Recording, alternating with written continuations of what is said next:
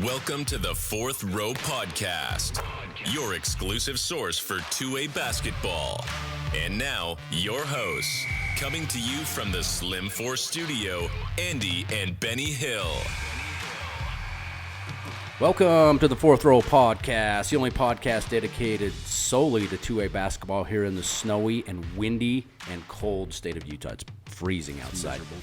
I'm your host, Andy Hill. I'm here with the coach, Benny Hill, and the newest member of the Fourth Row, Peyton Shepard. In the Slim Force studio, sponsored by Security National. As always, we'd like to thank our good friend Chris Jorgensen in the E11 office for once again being our title sponsor. For any of your mortgage needs, give him a call. 283-3000, as he says, turning houses into homes. A couple announcements about the Fourth Row Podcast. Fourth Row Podcast is still the number one 2A podcast in the state of Utah, 41 weeks running. We may be the only one, but we're still the number one. Favorite line. I chuckle about it every time you say that.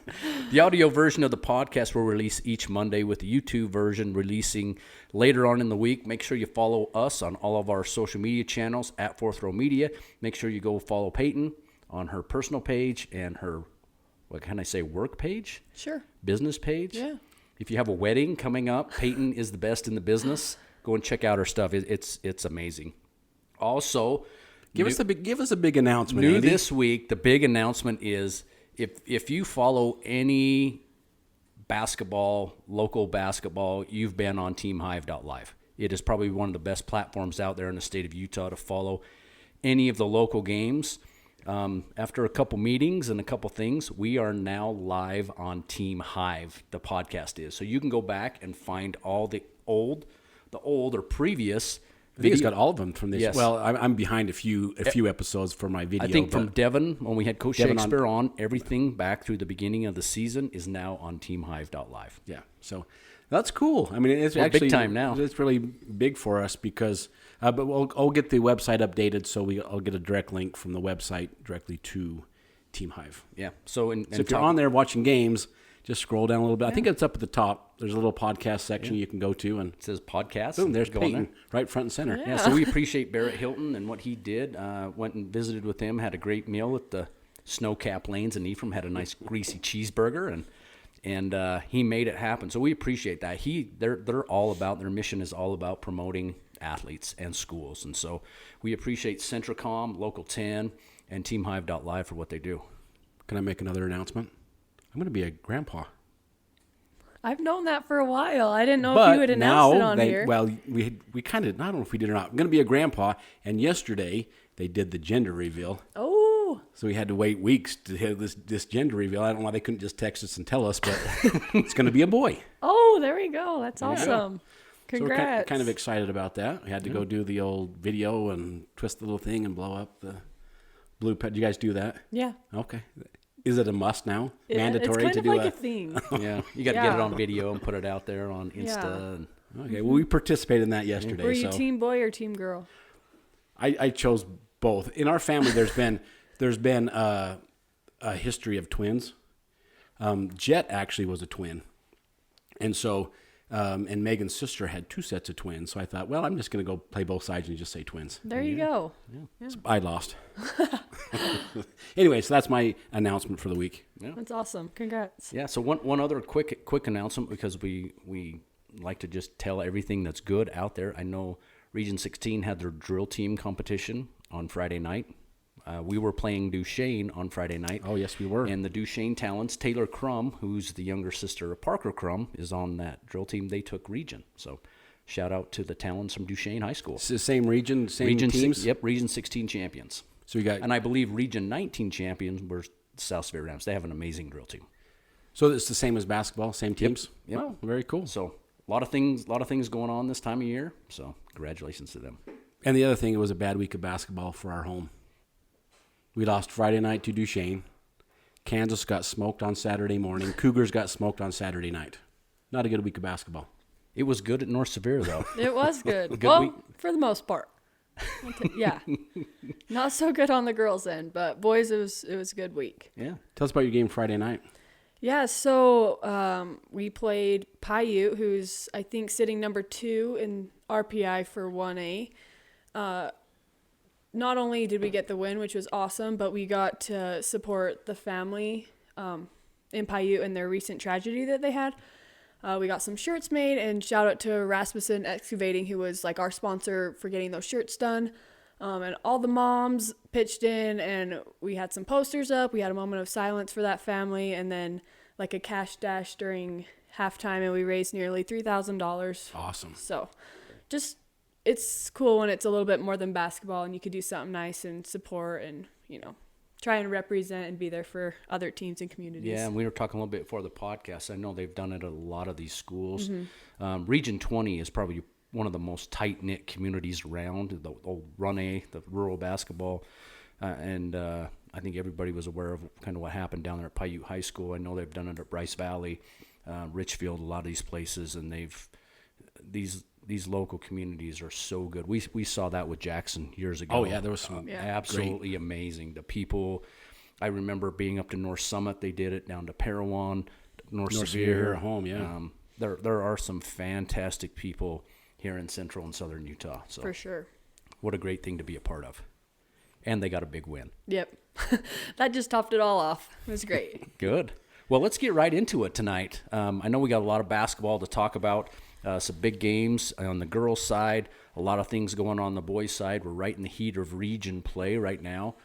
So let's jump into really quickly. Usually we get a little ways into the show before we do this. But let's jump into what really matters tonight, and let's talk about the Power 5. It's all about the Power 5 now. Yeah. I mean, it's just head-to-head, game on, region matchup, so let's do it. Yeah. Before we do that, as always, the Power 5 is brought to us by our good friends at Barney Trucking. If you want to drive one of the big, beautiful blue or white trucks, keeping the lights on here in Central Utah, reach out to them at barneyjobs.com. So with that being said, Peyton, let's talk about some girls basketball. Okay. So I do have some mix-ups in my top 5, but my dark horses have kind of been the same for a while. We are sticking with Duchesne. They are currently 10-6.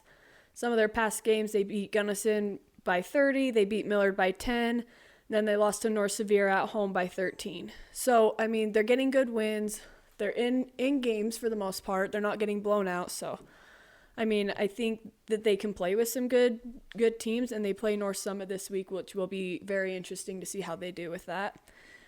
And then my other dark horse is Draper APA. They're sitting 15-4 right now, so they are a hot team, but now that we're deep into region, they're going to keep winning. So I think they beat Waterford by 50.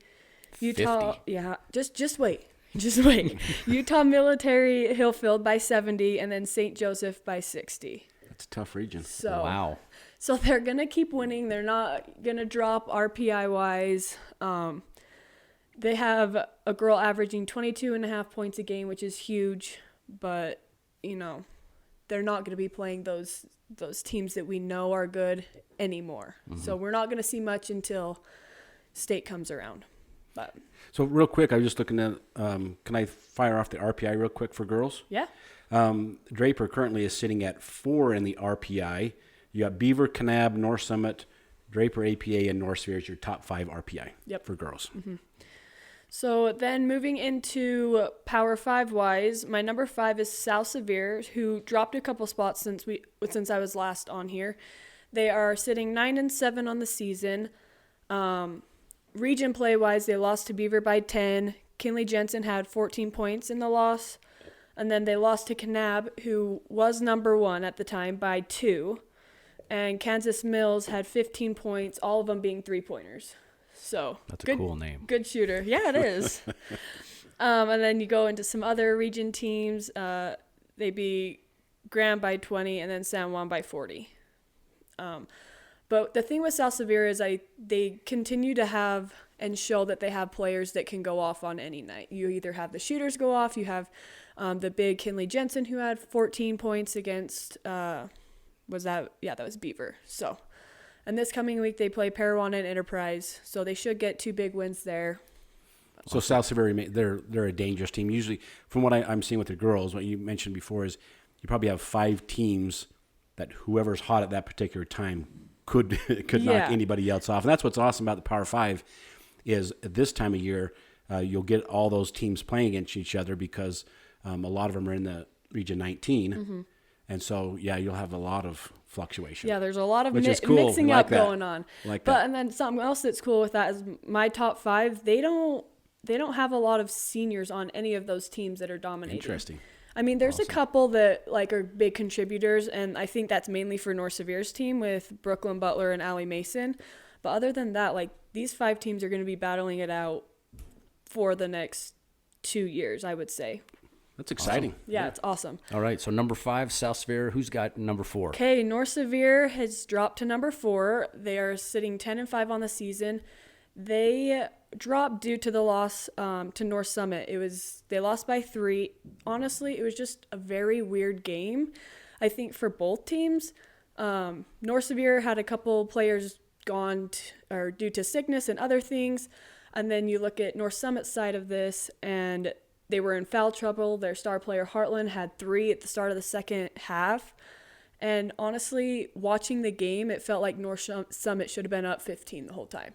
But they were just missing some easy shots that I don't feel like they would normally miss. Was that at home, North Severe? Yeah, that was at North Severe. So it was just a big back and forth battle and just a grind to the end. Trey Torgerson had 15 in the loss and Swayze had 12 in the loss. But, yeah, it was just a very odd game. I think it was just one of those where you just got to grind it out, both teams. Back to North Severe, they beat Millard by 1 at home as well. The Eagles had a slow first quarter, but then outscored the Wolves by 6 in the second half. And then North Severe's had a lot of close buzzer beater games, and it's kind of been stressful for me. It's been stressful, but Trey Torgerson took it to the rim under 10 seconds left, a little lefty layup to put the Wolves up 1. Miller didn't really get a good shot at the end, and then Allie Mason had 15 during that game, and Brooke had 14 in the win. And I haven't really talked a whole lot on Millard because I know, like, they're not in the Power 5 or Dark Horse. But Kara Camp, she was absolutely insane during that game. She came down, I think it was in the second half. She had, like, 3 threes in a row, 21 points on the night. So, I mean, if she goes off, like, there's a chance that they could win any game. So, awesome for them. And then I guess that kind of rolls into my number 3, who is North Summit. Now, real quick, so North Summit, at the first of the year, they were around 5th or so. Yeah. And then they lost a couple games, but now they're rolling. Yeah, they're rolling. Because there for a minute, they played, it was either Beaver or Kanab at the preview. They played Kanab at the preview. Was it Kanab? Yes. Yeah, and they had a rough go at the preview and dropped down. So now that we're kind of seeing them play, you know, a little bit better teams, and in these ones in the Power 5 like Duchesne and North Summit or North Severe, they're hitting a little hot streak, which is nice to see for them. And so, like I said, they're 12-5 on the season. Heartland Richens had 20 on the win against North Severe. She is a very, very good player, very quick off the dribble, hard to stay in front of. And then Haslin Murdoch had 12 against North Severe. And she is a very good athlete as well. I don't feel like in girls basketball you see a lot of girls go hard, post them up, like make a good post move and score.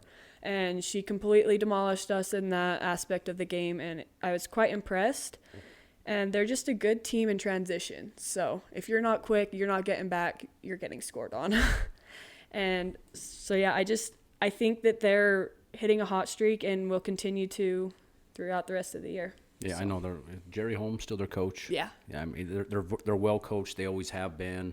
You know, somehow they just manufacture these girls basketball players up there in North Summit. Something interesting though is they didn't have any threes against us. I don't know if that's because they can't or they don't have the capability to shoot threes. Like, I'm not saying they don't, but they're just so good at attacking the basket. It's almost like I don't know if I need to take a 3 because they're beating people off the dribble. Yeah. So Makes sense. just something to kind of look at the different styles of basketball. All right, number 2. Okay, our Kanab Cowboys dropped 1 to Beaver. Score was 55-52. So that was played at Kanab. A couple player stats on this is Anna Cutler had 15 and Savannah Bateman had 13 with 4 threes in the game. But kind of just like an overview of how it went. At the end of the first quarter, Beaver was up 6. And then quarter 2, there was even scoring. So Beaver went into halftime up 6. And I just loved watching Beaver play. They're very good at finding the open man and with their court awareness. They're very patient. They find their open man.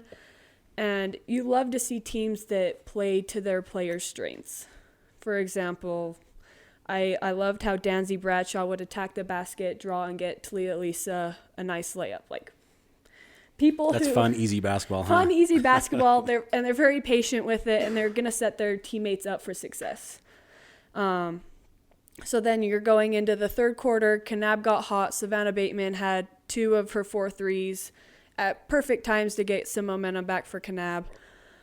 Then going into the fourth quarter, Beaver was up 2. That's where you see the experience of Anna Cutler come out, and she was attacking the rim hard. If she didn't draw, she was scoring. But if she did draw, she was dumping off to people like Riley Little and her other post players to get good buckets. Then the last 45 seconds comes. It was mainly just a foul game. Big buckets on both ends. And then 13 seconds left. Kanab was down 3 and didn't quite get the look I think they were looking for. So Beaver ended up winning by 3. But, I mean, it was just a grind down to the end and a really good game. Do both these teams' styles match up equally? You know, I think Kanab is more based on the 3, but Beaver did shoot very well that night. And Danzy Bradshaw, a freshman, she had a career high of 22 points, and she's just very versatile on all aspects and all ends of the court. So that's pretty impressive. Yeah. And then the other game they played was against South Sevier. Let me see. I have it pulled up right here. Yeah, they beat South Sevier by 10, and she had 20 points with 4 threes. So the 2 games this week, she had 20 and 22 as a freshman, which is really, like, you got to lock in on her because she's their leading scorer and a huge threat on defense too. Nice. So that was the big matchup this week. Yeah. Yep, that was Kanab v. Beaver. It was 1 versus 2. Kanab was 1 and Beaver was 2. Yep, played in Kanab. Great. Yep. So and the way that their region schedule goes, they played that Friday night. So I imagine that was a big ticket in town on Kanab. Yeah. Well, I had to go back and rewatch it because obviously Region 16 plays on Fridays for the boys. So I went back and watched it, and I don't know, it's a fun game to watch on a Saturday night. Just pull up some more basketball. And then obviously since they beat them, moving Beaver to number 1, they're 15-1 on the season. I mean, I kind of just already touched on them in that game in Kanab, but they beat Enterprise by 40. They beat South Sevier by 10. I just think they're hot right now, and they've been hot since after their first loss, which was the very first game of the season. So they won 15 straight. Yep. Yeah, they're playing well. I'm just looking at some of their, obviously the big ones: Danzy Bradshaw, Talia Lisa, Gentry Brown, Taisley Marshall. You know, they've got a laundry list. It looks like they go about 8 to 10 deep. Yep. On any given day. You know, Coach Marshall, he knows how to win. He's a proven winner year after year. That program you always know the Beavers girls basketball is going to compete. So looks like they've got them back again right where they want to be. Yeah, it's awesome, and I'm excited to see, how things shake up the second round because they're going to play South Sevier again, who, like we already talked about, is very capable, and then they get Kanab at home. So yeah, exciting. A lot of exciting things happening over the next couple of weeks. I know, just like with the boys, we're right in the middle of region play right now. So any given week, there could be shakeups that are happening. All these teams are playing each other now, especially in Kanab and Beaver are going to play again. South Sevier, everybody in the South region, North Sevier, North Summit, they're going to match up again here in the next couple of weeks. So a lot of exciting things happening. Love it. Let's do a quick review of this week's Power 5. Okay, dark horses are Duchesne and Draper APA. And then working our way up from 5 to 1, we have South Sevier, North Summit, Kanab, and number 1 is Beaver Beavers. Well, congratulations to the Beavers being number 1 this week in the girls' Power 5. As we said last week, Kanab was going to stay number 1 until they got knocked off, and they got knocked off on Friday night. So congratulations to Coach Marshall and his Beaver Beavers down there. They're playing extremely well right now. It's going to be like I said, I'm a novice when it comes to girls basketball, but just looking at your Power 5, those are 5 teams that any team can win any night. Yeah, so absolutely. That's what's going to make region amazing to watch. But then when you get into the state tournament, those games will be fantastic. Absolutely. Well, let's roll into the boys Power 5 and talk about what really matters on the boys side. A lot of things happening this week on the boys side. It was an awesome week. There's been an inferno going on down south that we need to talk about tonight. Let's see. Let's fire it up with our dark horses. First dark horse we want to talk about, and still it's somewhat of an unknown team, but that's why we kind of keep them as a dark horse, almost like we really don't know how good American Heritage is. Yeah. They're currently 9-4. Most recent games, they beat Mazer 80-28, Ben Lomond 74-34, which are obviously humongous bombs away games. Don't know what the competition necessarily is there. Probably not very good considering the scores. And they dropped one Friday night, or maybe it was Saturday, 69-60 against South Summit. Yeah, South Summit's a tough team. Good, solid 3A team. I know Millard got them a couple weeks ago, but that's a good barometer to see kind of where they're sitting. So here's my thoughts on American Heritage. Not because we've seen a little bit of them on film, but we have not spoken with a coach or seen one of their games in person. But obviously they can score a lot of points. It appears to me that they're not really that interested in grinding a game out 43-40, which is what you're going to see down south or in Region 16 with our teams.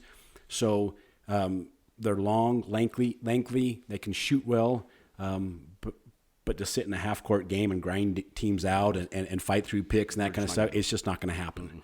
They're either going to try to outscore you or extend defensively in zones in half-court or full court, try to turn you over and try to score easy buckets. That's what my anticipation is about them. So in teams that can't handle the ball and can't handle their length, they may roll away with those kind of games.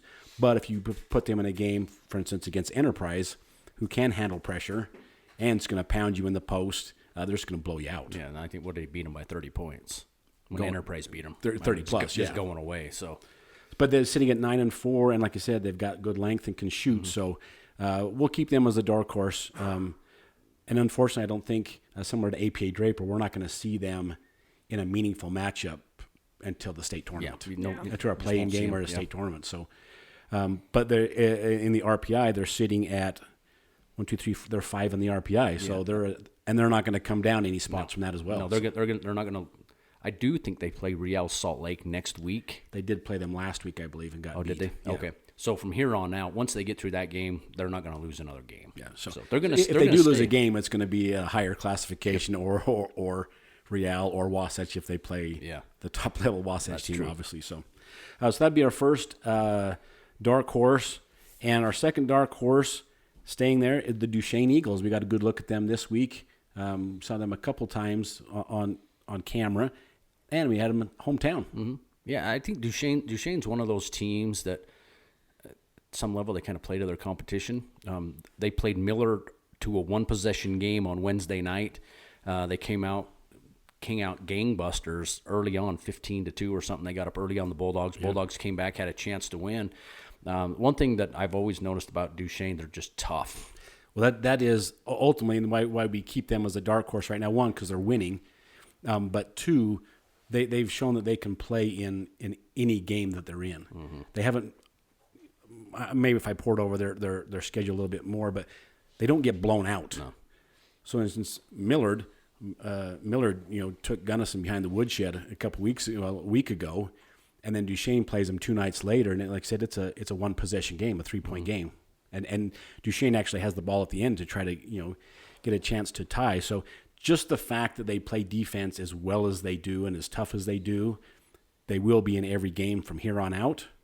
And they've shown it in play-in games. Last year they had South Sevier in the play-in game, and it was a very, very close contested game as well. So their defense keeps them in every game. Now, the challenge with them is to score. Yeah. And they maybe you can check this while we're just talking here, but what their points per game are. But their last couple of games, Millard, Gunnison, they're down in the 40s. So I think Coach Hoops is more controlling the pace of the game defensively rather than getting out and running and getting a lot of shots up. So yeah, and I know North Sevier played them 2 weeks ago. So and the same thing. North Sevier, they played with them. North Sevier, it was getting in a game until the last minute, maybe. Yeah, we were up one with 3 minutes left, and then Yeah. The wheels fell off. The wheels fell off. That's a good way to put it. or they got hot. I know Jeff Yeah. Young, you got hot, and He did. went on an 8-0 run himself, perhaps. But Duchesne is just always going to be a dark horse team just because of the defense they play and their toughness. So they will be, like I said, last week they lost to Millard 49-46, and they beat Gunnison on Friday night 47-44. So they are. Oh, excuse me, I'm looking at the wrong one. All right. Might take you a little bit if you're going to Max Preps to navigate through that website. So Yeah, I'll nevertheless, yeah. But that's why Duchesne will stay as one of our dark horse teams. All right, let's move to number 5. Number 5, South Sevier Rams, currently 10-5, 2-2 in region. Most recent game this past week, the loss, they played Kanab and got beat 61-49. Yeah. So obviously the first of the season, the Rams were rolling. I think it goes without saying they were kind of one of the perennial favorites to begin the season, and we saw them 2 weeks ago when they played Enterprise at home. Enterprise came in, got a tough, hard-fought win in overtime, and it seems like then the Rams have really not been able to just get it going again. Yeah, because usually, I mean, they're firing on all cylinders and they're chucking balls up and scoring a lot of points and having a lot of fun and being disruptive on defense. But you follow that up, they played Beaver, and that was somewhat of a lackluster showing as well. And perhaps credit to Beaver for a defensive game plan to slow them down. They follow that up with a trip to Kanab, which is never enjoyable or fun, and they got beat handily in Kanab. Yeah. So it's this. I think this week is going to be a real telltale sign. And for the Rams. The reward this week is Parowan. Yeah, and then they go to Enterprise on Thursday. So this I think it's gut check time for the Rams. We know this. They clearly have the firepower to do it. You've got Ridge Tebbs, Emilio Marimones. I know Riley Barney has really been banged up. I think that's hurt them in the front court. Probably their consistency, the way they play, yeah. And, they've got some good sophomores that have been playing well. Bastion's been playing well. Roberts has been playing well. But I think overall they just haven't felt like they were that South Sevier team that was the first half of the season. That's what I think, too. I looked at them, and I'm not a South Sevier expert by any means, but anytime you watch a South Sevier game, it's almost as if they could go off at any time. Like they were playing Enterprise, and Enterprise went out to like a 7-point lead or something like that. Or even when they were playing Kanab was getting up double digits, and you just know, dude, at any minute, 3 straight possessions, they can be back in the game. Mm-hmm. But I just haven't seen that happen yet. Mm-hmm. So anyway, South Sevier coming at our 5th spot, and fantastic. Tuesday night's going to be a very, very interesting game, simply just because of the matchup is going to be amazing to watch. Yeah, and we're going to talk more about Brockfelder in a minute, but I think he's a special player. He's a once in a decade player for sure for most any 2A team, maybe once in a lifetime player for a 2A team. I was thinking about how many years it's been since we've seen a player like that in 2A, and I'll bet you'd have to go back 25 years to someone like Aaron Hill. Yeah. Who was playing Division I basketball, to see a player of that dominant with that skill level. Yeah. So it'll be interesting to see what the Rams have. Again, I think it's gut check time for the Rams this week. Let's go to number 4. Number 4, the Kanab Cowboys. Like you said, you never know what you're going to get out of them. Just other than you just don't know what you're going to get out of them. Mm-hmm. They come at the 4th spot. They're 12-3, 3-1 in region. They had a huge win this week against South Sevier, 61-49.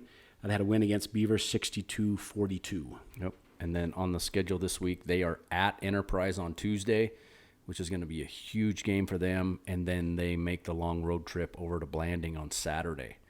So it'll be interesting to see. Kanab has struggled at times, and then all of a sudden they flip the switch. For all intents and purposes, they blew out South Sevier. Well, this is Kanab in the fact that they got absolutely they got beat by Parowan big time in Parowan. The very next game, they play one of their better games of the year. So credit Coach Glazier, for keeping his team dialed in and a great game plan, and they showed out well against South Sevier. Yeah, and I think Cason Janes is playing really well right now. Janes, Cornell, Orton, all those guys. I think they're playing good team basketball, but I think as Kaysen Janes goes, that team goes right now, and he is playing. He's shooting threes. He's in the post. Physically, he's probably one of the toughest guys in 2A. He's going to bang with you. So interesting. They got a tough week ahead, but I think as far as teams go, Kanab's playing as good as anybody right now. Just the eyeball test for me with Kaysen Janes. Obviously, he's got skills to play. But if you remember at the SVC, he was banged up from football, and he did try to dunk one or two times, and they were almost silly looking because he wasn't even close to dunking. Mm-hmm. But you watched him against South Severe. There was one possession. He got an offensive rebound. It maybe one power dribble, and it went up and could have easily dunked it, but he just kind of bricked it hard off the back of the iron. But just his sheer elevation and athleticism from the SVC till now, maybe he's getting into it, and he's got the feel again, and he's ready for a stretch run here. Yeah, hope so for them. Thoughts on Kanab, Peyton? I mean, they're just always a good team, and I know when we went down and played them, we did have a big problem with Kaysen Janes. Played him over the holiday break. Yeah, right? the Kanab Classic, and I like the same exact thing that you said. Just you can watch it on TV and be like, yeah, he's a good player, but you watch in person and he's big, he's strong, he's athletic, and we just didn't have any answer for him. So, and that's what I've heard from coaches talking around the region is he's an amazing talent in the post. Every kid loves to go shoot threes because that looks cool, but what really changes games, in my opinion, at this point of the season in the region and in the playoffs, is those post players that can dominate, because you have to throw extra players at them to defend them, and they draw fouls, which gets your players in foul troubles. They get to the line. And once you start getting to the line a lot, man, that's how kids score points, and their teams win a lot of games. And that's what coaches have said, what they've actually said is, we hope he keeps shooting threes because that's good for us. But once he goes down into the post, he can be a monster. Yeah, he's tough. They've got a lot of guys on that team, so I'm excited to see what Kanab Cowboys can do this week. All right, number 3. Here's where it gets fun. Actually, it was kind of fun talking about the Power 5 this week because our Power 5 different than any others. It's not like you have some kind of you get points for how long you've been in the Power 5. It's immediately right now who's the hottest. Mm-hmm. So that's how ours were different than any other ranking. So at the third spot, we have the Enterprise Wolves. Yeah, they're currently 9-4, 3-1 in region. This past week they had a win against Beaver, 64-38, and they lost on Wednesday night to the Parowan Rams, 54-52. Yeah, and I only caught the last bit of that game. Didn't seem like they were the normal Enterprise team that night. If I could use the word intimidated a little bit, they seemed intimidated by Brock. So I had a conversation with Bud, and I asked him, I said, interesting game. He's like, yes, it was a very interesting game. He said, what did you think? And so I had to think about it, and I had a list of 4 things that I thought about the game, excluding all statistics and everything. Number 1, Enterprise looked extremely intimidated, mm-hmm. and the Brock Felder intimidation factor is real, and there's no way to not say it is, and to hear people say, oh, these kids just need to not be intimidated. Easier said than done, right? When there's 6'8" ramming it down your throat every time you try to shoot a layup. And to his credit, Whitman, their post player, I mean, he's a sophomore. Mm-hmm. When has he gone up against a player the size and athleticism of Brock Felder and had balls jammed down his throat when say the previous games, he's just had his way. You go mm-hmm. post up, drop step, layup. So yeah, my first point was the intimidation factor was real. Mm-hmm. No doubt about it, it was real. Yeah. Number 2, we'll get to this in a little bit later when we talk about Parowan. Cash Mortenson's a fantastic player. Mm-hmm. I think from his guard spot, the way he can handle the ball and score, he was troublesome for the Wolves. Number 3 is Parowan played exceptionally well that game, I thought. Mm-hmm. I thought they shot really well. Felder was Felder in that game. And my 4th point is Enterprise only lost by 2 points. Yeah. So if all those things happen, the intimidation factor, Cash Mortensen played exceptionally well, and he's playing even better to give them another scoring option. In the post, Luke Millett, for some reason, how do you lose a 6'7" kid on the court? He gets a lot of buckets. Yeah. You see Luke stand next to Brock. They're head to head. Luke might actually be taller. He is a big dude. He's big. So he's playing well for them. Very, very consistent, getting a lot of offensive putbacks, and he's getting somewhat ignored defensively. So he's scoring, rebounding a lot, and scoring almost double digits. But at the end of the day, we're back to Enterprise here. They're the third spot. They still only lost by 2 points. Yeah, and it was a last-second shot. The ball kind of fumbled around, fell into Brock's hands. He elevates, shoots the 15-footer, and that was kind of it. So this was not Enterprise's best showing. No. I don't think anybody that watched the game would say that. I think Coach Randall, if he had to do it all over again, Enterprise went on a huge run, like maybe a 10-0 run to start the third quarter. So they dominated the third quarter. I think if Coach Randall had to do it all over again when the game was tied with about 45 seconds or 30 seconds left, he probably would have called a timeout to get a little bit better look. He did not. Enterprise, the clock ran down on the shot clock. They did not get a look.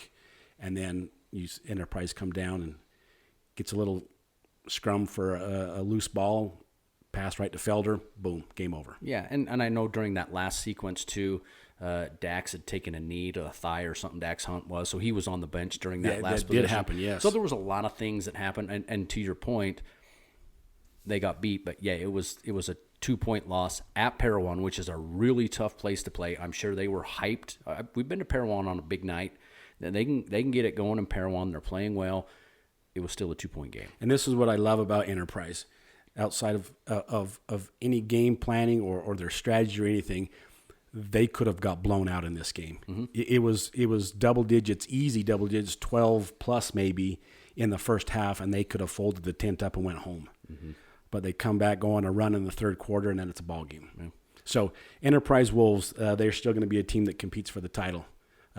They're at our third spot. Yeah. So this week they are at home on Tuesday against Kanab and at home against South Severe on Thursday. So they've got a tough. Nobody has an easy road.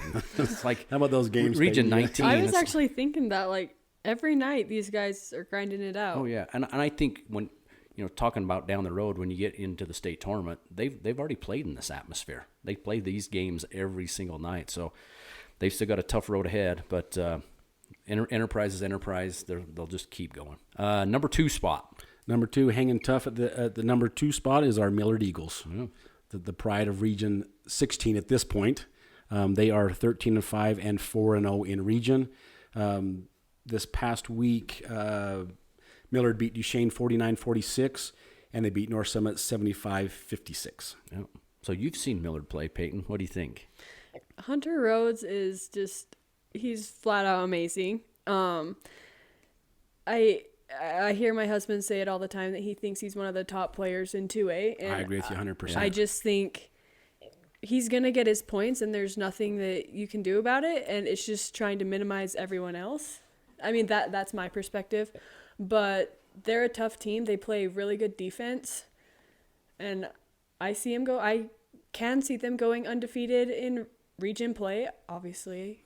We hope not, right? I hope not. But I mean, it's very Coach Rhodes, but no disrespect to my husband. But I think it's very possible, and I think they're going to be right in it towards the end of the state tournament. So the interesting game to me with Millard is the way Duchesne matches up with Millard. And I've probably said this a lot on our show here is that matchups, styles make games. And that's why, Enterprise becomes a hard matchup for teams because they love to post up and other teams don't like to defend. They don't like to play that way. For whatever reason, Duchesne matches up well with Millard. And for whatever reason, Gunnison does not match up well against Millard. I can't speak for North Severe. I won't go that place, but I can say for some reason, styles just don't match up well. And in the past 3 games, this year and the 2 games last year in region, Duchesne was in both games against Millard and had a chance to beat him in all 3. Yeah. However, the only difference is, in my belief, is the Hunter Rhodes effect. is he's just a game changer, and he's gonna make enough plays, broken plays, just flat score when he has to score. He's the difference maker. Mm-hmm. And I love the energy that he brings too. Like if they're down, he's bringing it back up. He's getting his teammates involved, taking it to the rim hard. He's just not one of those players that are going to lay down and settle. So. And in this past week, Hunter Duchesne held them down scoring wise. I think Hunter was maybe around 15 points and Brant made around 12, which Coach Hoops was pleased with that, of keeping those two down. Then you got Taylor Davies comes out, and I think he hit 3 threes. Mm-hmm. Had a big game against Duchesne. So I like the way Millard plays. I think offensively they can score points. Defensively they're very disruptive, and they play a lot of zone. I remember Brent's North Severe, they probably played a lot of zone mm-hmm. too. They play a lot of zone, and they get a lot of deflections. And off those deflections, they get run-outs, and they get easy baskets, and that's when Millard rolls. Mm-hmm. Duchesne, to their credit, has been able to limit that in their games. They don't turn the ball over. They handle it well, slow the pace defensively. So they stay in those games. But at this point, Millard 4-0, and I love the way they play. Coach Rhodes, he's got his team dialed in and ready for the stretch run in region and the playoffs. Yep. So I have one. Did you guys not know that he coached girls basketball? Now, funny you say this. So, well, he came up and talked to me at Millard. Yeah, so I went over to, so I think you must have signed the night before or a couple nights before. Yeah, I think, yeah. And he said the same thing. He's like, now, I was a girls basketball coach. He's like, you need to talk to Peyton about that. Tell us about that. Well, I just remember taking him down a couple times. he brought it up to me. I said, yeah, it's true. I mean, but yeah, I think he was a couple years after I was out, he switched over, but it's kind of cool that he sees both sides of, mm-hmm. the different styles and types of basketball from girls and boys. But yeah, he just had to come up and talk to me about it. He's like, yeah, Ben and Andy didn't even know this. And so I had to bring it up to you guys. He loves to coach, and that's how he got started. His coaching over in Miller started was with the girls. Mm-hmm. And then he's been with this group when Hunter, probably when they were young, 8, 9, 10, probably started rolling with them after he coached several years at Millard. So, he's coached both of them. Yep. And I think it's awesome. You can tell when coaches have been with kids for a long time, and just like the feeder programs, bringing them up. Like he's worked with those kids since they were young, even though he was coaching girls. But that Miller team is just a good group of boys that work well together. And I did get to go call the game on the radio with Dennis Aldridge when Gunnison played them over last week. And he made the comment, and you can just physically see it, that these kids play really well together. Mm-hmm. Almost just unspoken. Brant Stevens is a fantastic player also. Him and Hunter just have, not to be corny, but they just know where everyone's going to be. Each player's going to be. And Taylor Davies fills into that same role as well. I like Millard. I think they got a fighting chance in every game. When you got scorers like Brant and Hunter, you got a shot in every game. Yeah. Yeah, and I'm excited. Last year Millard was rolling, and they got hit with the flu bug right at the state tournament, and I felt horrible for them because they had been playing so well all season, and they came out and they just couldn't get it going. That's a great point. I did feel bad for them because I know they wanted to show out better than they did in the state tournament, because the talent is there, and Coach Rhodes is a fantastic coach. He's going to have a game plan for each game they're going into. So I'm excited about their run this year. Mm-hmm. So they're our second spot. Yep. All right. Number 1 team. That's an easy one this week. Based upon our Power 5 rules, who is the hottest right now? It's the Parowan Rams. Yeah. So I looked back last year. Parowan came out of nowhere last year. Was it about the same time frame? It was about this same time. They were just kind of muddling along, and all of a sudden they just blew out teams. San Juan goes into Parowan, and we were there that night. Flat blew them out. It might have been a 25-point game or something. Yeah, it wasn't. It wasn't even close. No, it wasn't even. And this might just be me, but I feel like this year feels a little bit. This feels like these guys can make this thing run. Well, the energy they've been playing with. I mean, you saw what they did against Kanab. Now that can be on both ends. Maybe Kanab just didn't show up that night, but for whatever reason, Parowan, they looked cohesive as a team. You've got guards at Robinson, and Cash Mortensen is impressive to me. What he can do and score. He just looks smooth handling the basketball and looks like he's just a natural scorer. And I believe he's a sophomore. Yep. So he's playing with some youthful enthusiasm. It looks like, fearless playing. And then you got those two bigs, man, with Brock and Luke. I think he's quietly a very, very valuable piece to Parowan because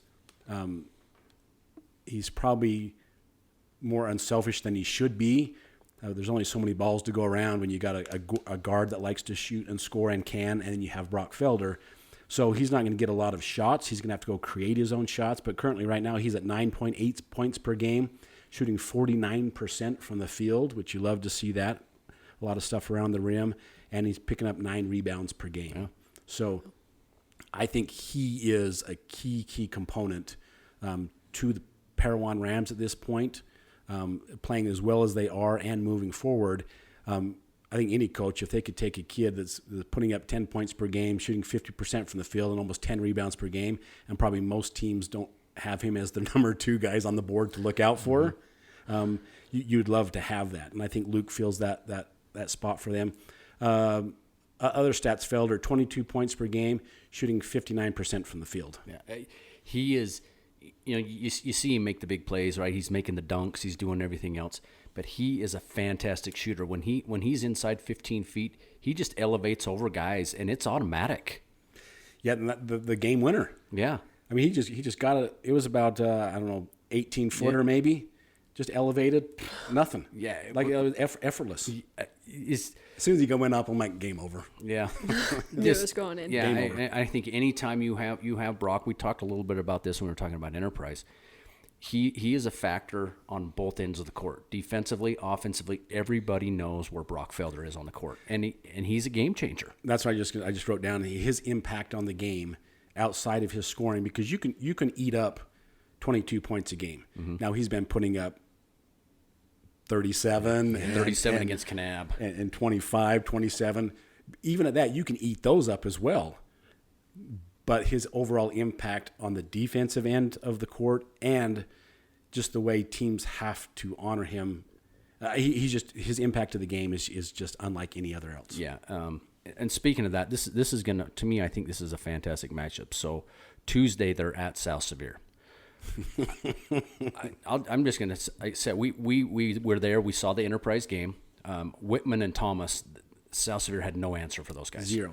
And I'm going to Felder's at a different level. If they'll go post him up, but regardless of that, yes. Yeah, and Millet is still. You got 2 6'6", 6'7" guys.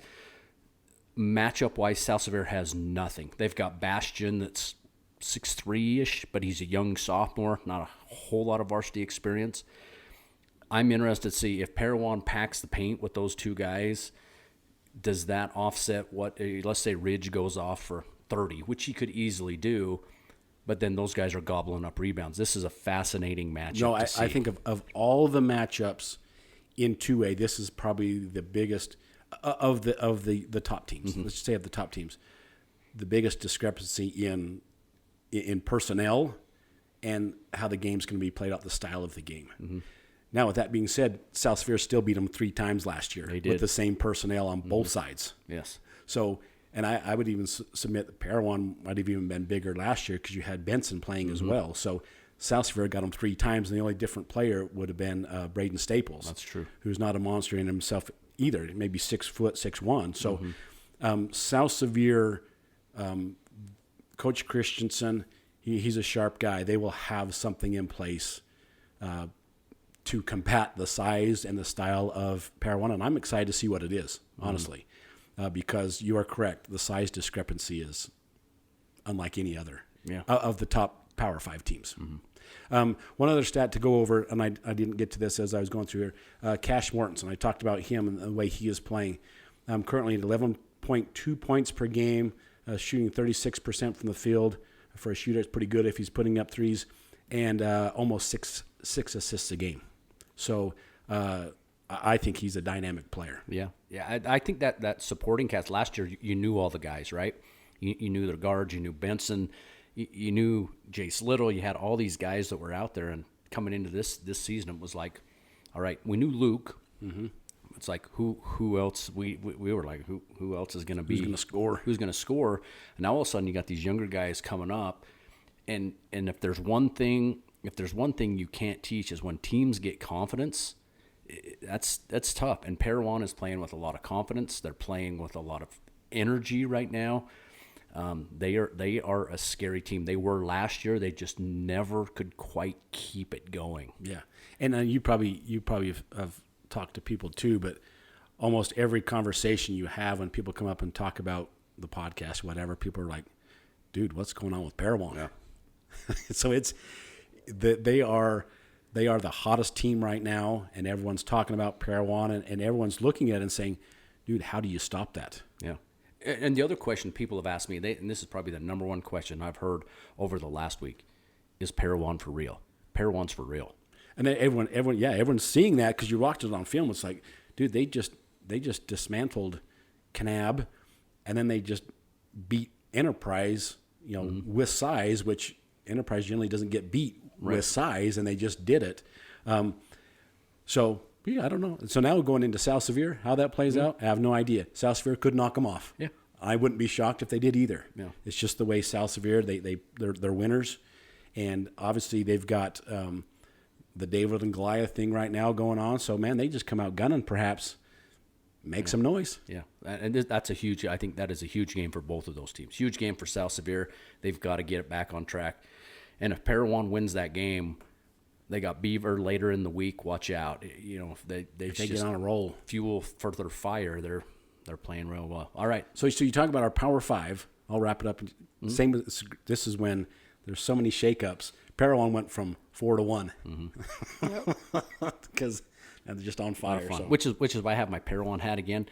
As a side note, they have the hottest baseball swag in the game. So. Did you get 2 of those or just I do. one? I got one in my house for you. Very nice. Okay. Yeah, so very good. I wore this at work the other day and like, oh, you like the Phillies? I'm like, funny you should say that. It's actually Parowan, really? It's actually Parowan. Yes. So, but to wrap it up, Power 5 from the bottom, dark horses. We have American Heritage, the Duchesne Eagles, number 5 South Severe Rams, 4 Kanab Cowboys, 3 Enterprise Wolves, 2 the Millard Eagles. And the hottest team in 2A at this moment, the number 1 team, Parowan Rams. Awesome. All right, let's jump into just really quick. I'm gonna put both of you on the spot here. We're gonna jump into Inside the Numbers. Inside the Numbers this year is sponsored by Kimball and Roberts, always supporting their South Severe Rams. Big game this week on Wednesday as the Gunnison Bulldogs travel to play the North Severe Wolves. So without any real prep. What are the key things for both teams? We'll start with you, Peyton. Talk about the Wolves, and then Benny can talk about the Bulldogs. I kind of want him to go first. Okay. You take it. You put me on the spot. I just put you on the spot. Here's the one thing you need to know about the Gunnison North Severe matchup. You never know what the heck's going to happen. Absolutely. That's definitely true. And I always point to the fact that one of the best teams that I coached over the years was the team that went that played in the finals against Wasatch Academy. Had Braden Harris, Colby Caldwell, Leif Christensen, Kaz Mogul, Mason Powell, a fantastic Nick Roberts. The best team we had, North Severe beat us that year. And they dominated us the first time we played them. And then the second time we played them over in Gunnison, Colby hit a buzzer beater. So they would have beat us twice that year. And I don't even know how good North Severe was that year. I can't remember. Was Cody playing then? Yeah, that was his last high school game. You stabbed him in the heart.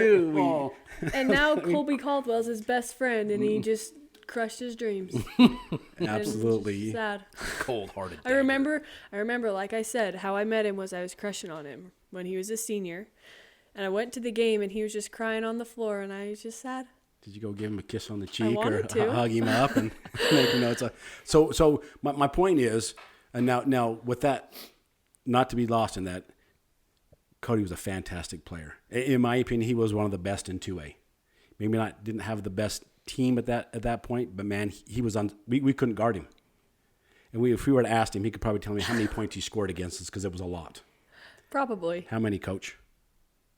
Look it up. He's don't just don't being- be he's don't being don't be humble. shy and be humble. He's being I humble. guarantee it was 20 plus in every game we played against him.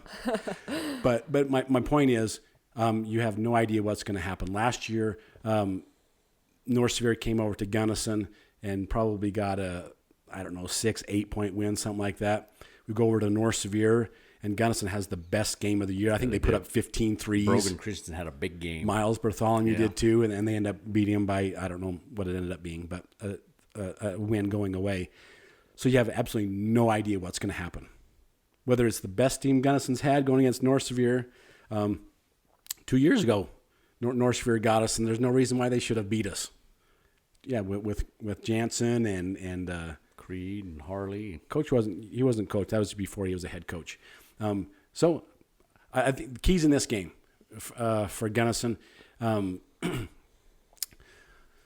Let's see what the keys of the game are going to have to be. I can take it. I got mine. Okay, go for it. You gave me just a little bit of time to I think. stalled long enough for you? Yeah, that's okay. great. So honestly, I think our guards staying out of foul trouble. Okay. We got 3 really good senior guards, but they like to get a little handsy sometimes. So staying out of foul trouble early. Also, sometimes we are either hot at the 3-point line or we're not. It's no in between. Do Wolves shoot a lot of threes? Yes. I think maybe too much sometimes, but that's okay. But I think we gotta hit some big shots, and I think stopping runs early, and staying up on defense, and being smart, per se. Okay. I think Gunnison keys are. This is going to be coach talk here. It doesn't mean to sound like is turnovers. Turnovers really hurt the Bulldogs in a lot of games. A lot of silly turnovers, and I think coach is nodding his head. That's probably a problem with North Severe Wolves as well. Yeah. So turnovers are going to play a big key.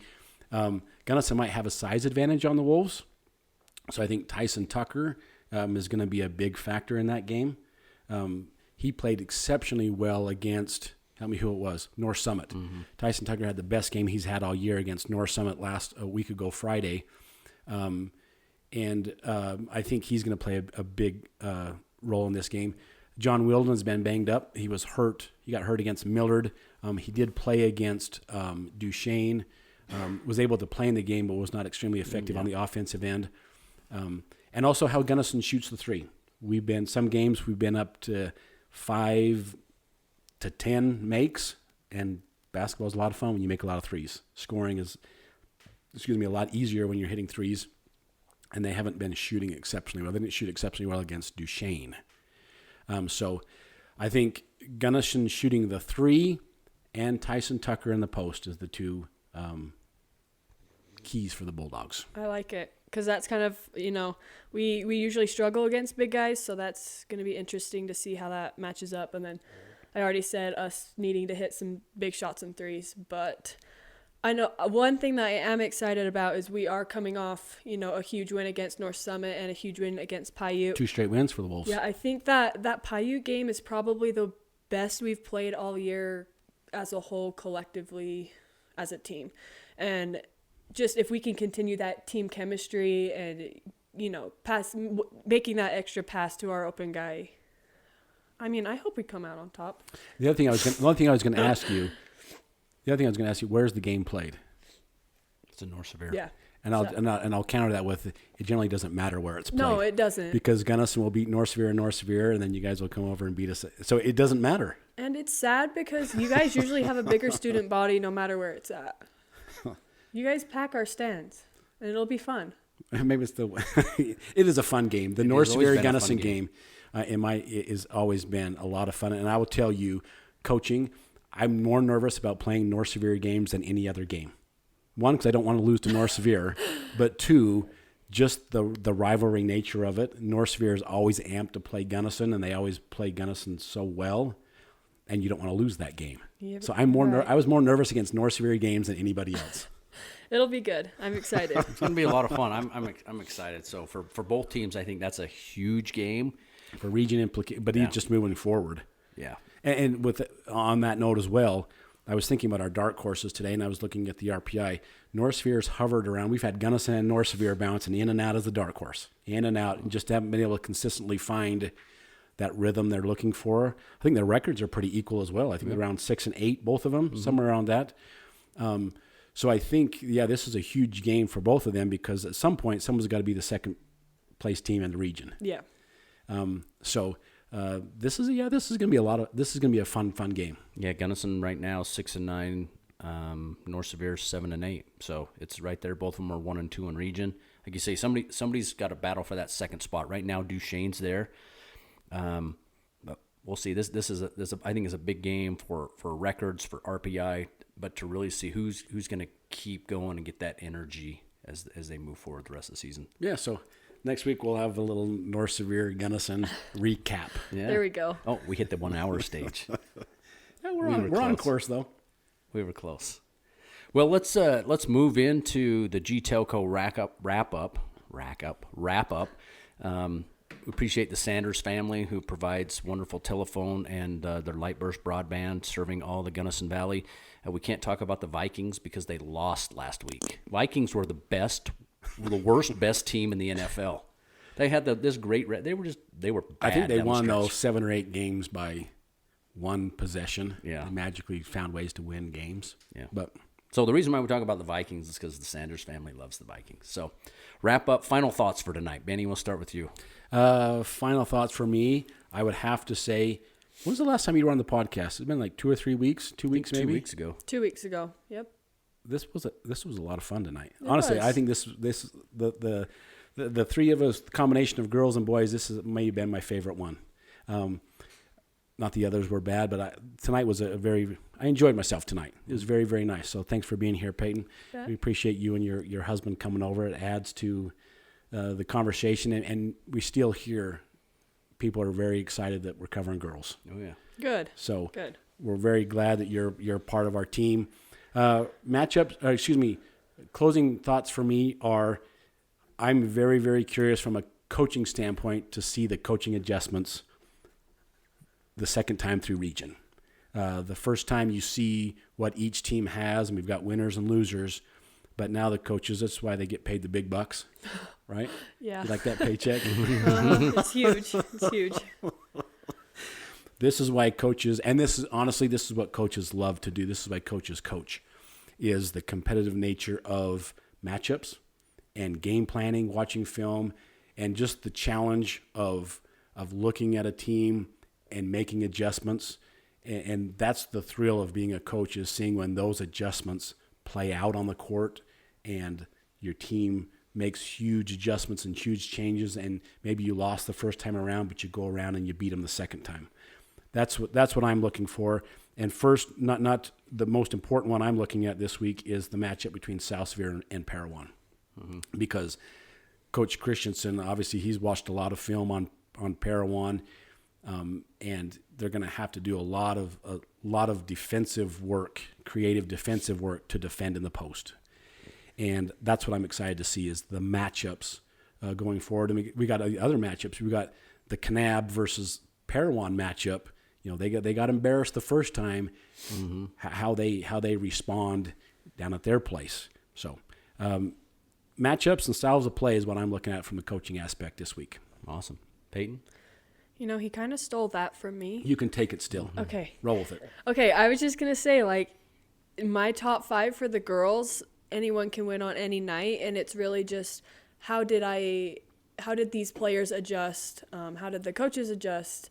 And it's going to be really interesting, because then I look at your top 5 and it's the exact same thing. I feel like any one of those teams can beat anyone, and it's just going to be who shows up, who plays the best 4 quarters of basketball. And then obviously just excited for Wednesday. Wednesday. Lost in all this, your girls will be at Gunnison on Tuesday night. They will be. I'm not so sure, with all due respect, it'll be the same level of game as it will be on Wednesday. Our girls have struggled a little bit this year. So you never know. I don't know if it's the same rivalry, but they do have the Dyring girl who's a very good athlete. So, props to her. I think she works really hard and creates good opportunities to score for herself and her team. So, I mean, there is positive there. So yeah, absolutely. For me, for wrap up, I think in Region 19, this is the week here in Region 19. You got Parawan, South Severe. You've got Enterprise playing Kanab and South Severe. Kanab playing Enterprise. South Severe playing Enterprise and Parowan as well. I think this is a telltale week for Region 19. Region 16, I still think Millard's out in front right now. It's going to be interesting if somebody can get them the way they're playing right now. I don't know. They present a lot of matchups. Duchesne's going to get another shot. Everybody's going to get another shot at them. I know they come to Gunnison here in another week or so. But Region 19, it's a battle royal this week. And coaches are going to be on their stress levels trying to figure out, what do we do with Brockfelder? How do we deal with Enterprise? How do we deal with South Severe? How do we deal with Cation Janes? This time next week, I think in boys and girls, you could see a lot of shuffling happening. Mm-hmm. So absolutely, this is where we're at big time basketball. Getting down to the crunch time. We got 3 weeks of region left. Isn't it wild how fast it goes by? Crazy. 3 weeks and then play-in games and then the state tournament and then it's over. So, going to be a really exciting week this week. I think on the boys and girls side, a lot of fun things happening. Also watching the RPI. RPI is a funny thing, and so it's still shuffling. But it's going to be interesting how that plays out this week as well as these teams move along. But I think you're starting to see a little bit of a separation now. Those top 5 teams on the boys' side, top 5 teams on the girls' side are kind of separating themselves a little bit. Yep. But with that being said, anything can happen. As of right now, I mean, the boys, Parowan's sitting at a 7 spot. Yeah. So that 7-10 matchup, I wouldn't want to be the 10th team. Absolutely not. Yeah, I mean that's currently that would be San Juan. However, San Juan has already beat Parowan this year. Them. So they beat them 2 weeks ago at home at Parowan. So anything can happen. Wild. Well, we appreciate everybody joining us this week. Go ahead. Just give the teamhive.live reminder. Yeah. So if you're looking for the podcast, you can hit our website. Benny's got our website up. There's a link there. You can go on Apple and Spotify to find the podcast. And if you're looking on teamhive.live and you're sitting at work or you're sitting at home saying, what can I do today? Check out the podcast section on teamhive.live, and they're all there. Go and check out. You can catch up everything else. They'll link you. I think it links you back to the YouTube videos. Yeah, they are. And they're all there, so we'll keep putting those up. We appreciate your support. We appreciate all of our sponsor support. I think that goes without saying every week. We appreciate all those good folks that make this happen. And we met a lot of good folks we hadn't met before from Duchesne. We did over the weekend. Yeah, I talked to well, go ahead. Oh, I just say we met Mr. Porter. He has a son that plays on the varsity team. You met Parker Crum's dad, and I met Casey Gine's dad. Yeah. Had a good visit with them. So we're getting out there. Yeah, we're getting out there, and people are very, very complimentary of the podcast. And ultimately, nothing about us, but it's about shining the spotlight on kids. Yeah, and that's what kids and coaches. That was the fun thing. You know, I walked in the gym, and got to know Parker Crum last year. He was sitting on the front bench, and we talked basketball. And pretty soon, we were talking about ice fishing and hunting and everything else. And I'm like, this is so cool. When would I ever have done this? Yeah. You know, a lot of new friends. So it's been. I found out that Parker Crum's dad was a 2-time state wrestling champion at Duchesne. I'll be darned. So things you find out. It's pretty cool. You know, you visit with people and get to talk to them. So it was a lot of fun. Well, as we finish tonight, again, we appreciate everybody joining us. So for the coach, Benny Hill, for Peyton Shepard, for myself, Andy Hill, and for the Fourth Row, we're out. Thank you for spending your time with the Fourth Row. For more information, check out our website at fourthrowmedia.com or send us a message through any of our social media channels.